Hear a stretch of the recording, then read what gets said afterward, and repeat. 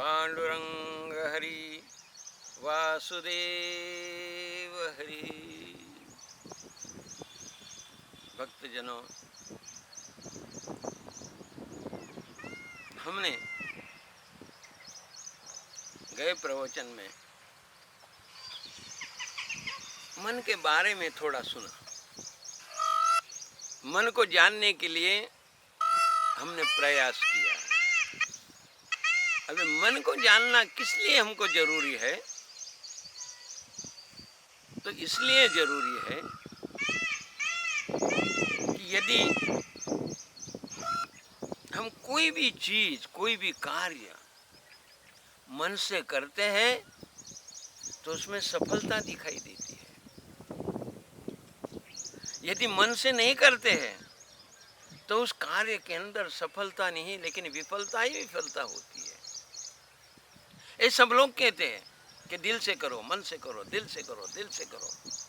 यानी दिल मन ये क्या बात है? सफलता और मन इसका अन्योन्य संबंध है। सफलता और मन इनका अन्योन्य संबंध है। एक सिक्के की दो बाजू है। एक सिक्के की दो बाजू है। जब एक बाजू दिखाई देती है तो दूसरी बाजू उसके पीछे होती है। इसको द्वैत बोलते हैं, द्वंद्व बोलते हैं। जैसा कि सुख होगा तो वहां दुख निश्चित आएगा, राग होगा यानी कोई प्यार होगा तो द्वेष निश्चित आएगा, यदि लोभ होगा तो नुकसान निश्चित आएगा, यदि अहंकार होगा तो नाश निश्चित आएगा, यदि जन्म होगा तो मृत्यु निश्चित होगी, यदि दिन होगा तो रात अवश्य आएगी। तो इस तरह से द्वंद्व है। जो द्वंद्व है वही पृथ्वी है, वही पृथ्वी लोक है। जहाँ पृथ्वी लोक है इसका मतलब द्वंद्व, और द्वंद्व का मतलब पृथ्वी लोक। और पृथ्वी लोक का मतलब यह है कि यहाँ जो भी निर्माण होता है उसका अंत है। दृष्टम यति नष्टम, ये सिद्धांत है। जो दिखाई देता है वो नाश होने वाला है। यदि दिखाई देने वाली चीज नाश होने वाली है तो नाश होने वाली चीज का हम संग्रह क्यों करें? उसका मोह क्यों रखें? उसका लोभ क्यों रखें? उसके पीछे क्यों दौड़े? क्योंकि वो तो नष्ट होने वाली है, ये निश्चित मालूम है। तो भी हम उसके पाने के लिए, उसका संग्रह करने के लिए, उसको सुरक्षित रखने के लिए हम दिन रात प्रयत्न करते हैं। और दिन रात प्रयत्न के पीछे हम हमारी युवानी, हमारी बुढ़ापा, हमारा बचपन खो देते हैं। कोई जगह हमें कोई प्राप्त नहीं होता है। एक लड़की के लिए उस बच्ची को एक मिठाई बहुत प्रिय थी, बहुत प्रिय थी। और मिठाई पाने के लिए, खाने के लिए वो कितना भी काम करने के लिए तैयार हो जाती थी, कितना भी दौड़ने के लिए तैयार हो जाती थी। इतना उसको मिठाई प्राप्त थी, प्रिय थी। तो एक साधु ने उसको बोला कि बेटा, हम तुमको एक थाली भर के मिठाई देते हैं और बहुत अच्छी देते हैं, बहुत स्वादिष्ट है, और तुमको बैठाने के लिए हमने एक अच्छा झूला भी बनाया है, इस झूले पे बैठ जाओ। वो लड़की बैठ गई। वो झूले के आगे वो थाली में वो मिठाई रख दिया। वो बच्ची के मुंह में पानी आया। बच्ची बोली कि मुझे ये 2-3 पीस खाने को मिल जाए तो बड़ी मजा आ जाएगी। उस वक्त साधु ने कहता कि बेटा, ये सब मिठाई तेरी है। लड़की को बहुत आनंद हुआ। ये सब मिठाई तेरी है, तू खा जा इसको, तेरे खाने की मैं तुझे एक परवानगी देता हूँ, अनुमति देता हूँ, लेकिन एक शर्त है बेटा। लड़की बोली, क्या शर्त है बाबा? बोले, देखो जरा ऊपर देखो। उसने ऊपर देखा तो एक तलवार वहाँ पे लटकी हुई तलवार दिखाई देती थी। बोले, क्या है? बोले, तलवार है। बेटा, इसका वजन तुझे मालूम है? ये नहीं, ये 25 किलो की तलवार है। इसका वजन 25 किलो है। ये जिसके ऊपर गिरेगी ना उसको काट देगी। ऐसी धारदार तलवार है। लेकिन उसको काहे से बांधी है? बोले, दिखाई नहीं देता है। उसको बोला है कि बारीक अपने बाल के जैसा धागा है उससे बांध के रखिए। लेकिन हमने उसको मंत्रित कर दिया है, वो धागे को हमने मंत्र से बांध दिया है, वो टूटेगा नहीं। कब तक नहीं टूटेगा? बच्ची ने बोला कब तक नहीं टूटेगा? बोले बेटा जब तक तुम उसके तरफ देखती रहोगे तब तक वो धागा नहीं टूटेगा। जब तक तुम वो धागे तलवार के तरफ देखती रहोगी तब तक वो धागा नहीं टूटेगा। जिस क्षण तुम्हारी नजर तलवार के ऊपर से हट जाएगी उसी क्षण वो धागा टूट जाएगा और वो तलवार तुम्हारे सर के ऊपर गिर जाएगी। आगे क्या होगा तुम सोच लो। फिर बोला लड़की को बेटा अभी आगे थाली है, ऊपर तलवार है, तुम मिठाई खाना प्रारंभ करो। बच्ची ने मिठाई खाना प्रारंभ किया। एक निवाला, दो निवाला, तीन निवाले, खाती गई, तलवार को देखती गई, खाती गई। थाली की मिठाई खत्म हो गई। हाथ लगाने लगी, थाली में मिठाई नहीं है। उसने तलवार के तरफ देखते देखते साधु को पूछा, बाबा क्या मैं यहाँ से उठ सकती हूँ? साधु ने बोला कि हाँ बेटा उठ जाओ, आंधा नहीं है, लेकिन अभी तुम तलवार के तरफ से तुम्हारी दृष्टि हटा लो, तलवार अभी नहीं गिरेगी, क्योंकि मिठाई खत्म होगी, तलवार नहीं गिरेगी। लेकिन उठने से पहले मुझे एक प्रश्न का जवाब अवश्य तुमको देना पड़ेगा, नहीं तो तलवार गिर जाएगी। सत्य जवाब नहीं होगा तो तलवार गिर जाएगी। अभी बच्ची और घबराई, बोला पहले तो देखने की शर्त रखी थी, अभी दूसरी शर्त ये रखी कि बाबा जो पूछेंगे उसका सत्य जवाब देना है। और मुझे नहीं आया जवाब तो बोले बाबा मुझे जवाब नहीं आया तो बेटा तुझे जवाब अवश्य आएगा, तुझे मालूम है जवाब, वही मैं पूछूंगा। ऐसा कोई शास्त्र में से ऐसा प्रश्न नहीं पूछूंगा कि जो तुझे मालूम नहीं। मुझे भगवान की सौगंध, मैं तुझे जो आता है वही पूछूंगा। तो बोला पूछिए। बोला बच्चा सच बताओ ये मिठाई का स्वाद कैसा था? साधु पूछता है मिठाई का स्वाद कैसा था? बच्ची ने बोला महाराज मिठाई तो मैंने खा ली, लेकिन मिठाई का स्वाद मुझे पता नहीं चला। मिठाई खा लिया, मिठाई का स्वाद पता नहीं चला। साधु बोला क्यों बेटा, मिठाई तो तूने खाई, स्वाद नहीं पता चला, ऐसी कैसी बात होगी? तो मेरा पूरा मन, मेरा पूरा ध्यान उस तलवार में था, इसलिए मिठाई कैसी लगी मुझे मालूम नहीं था। बस इसी तरह है भक्तजनों ने, यही बात है। जब भक्त कोई परमात्मा के तरफ उसका ध्यान लग जाता है,